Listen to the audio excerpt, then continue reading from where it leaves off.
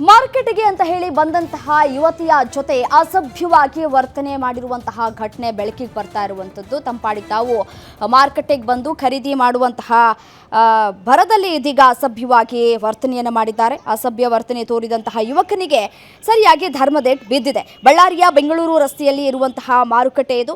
ಕುಟುಂಬದವರ ಜೊತೆ ಶಾಪಿಂಗ್ಗೆ ಅಂತ ಹೇಳಿ ಯುವತಿ ಬಂದಿದ್ರು. ಆ ಸಂದರ್ಭದಲ್ಲಿ ಅಸಭ್ಯವಾಗಿ ವರ್ತನೆಯನ್ನ ತೋರಿದ್ದಾನೆ. ಇದೀಗ ಯುವಕನಿಗೆ ಧರ್ಮದೇಟು ಕೂಡ ಬಿದ್ದಿದೆ. ಯುವತಿಯ ಕುಟುಂಬಸ್ಥರು ಸ್ಥಳೀಯರಿಂದ ಥಳಿತಕ್ಕೆ ಒಳಗಾಗಿದ್ದಾನೆ ಯುವಕ.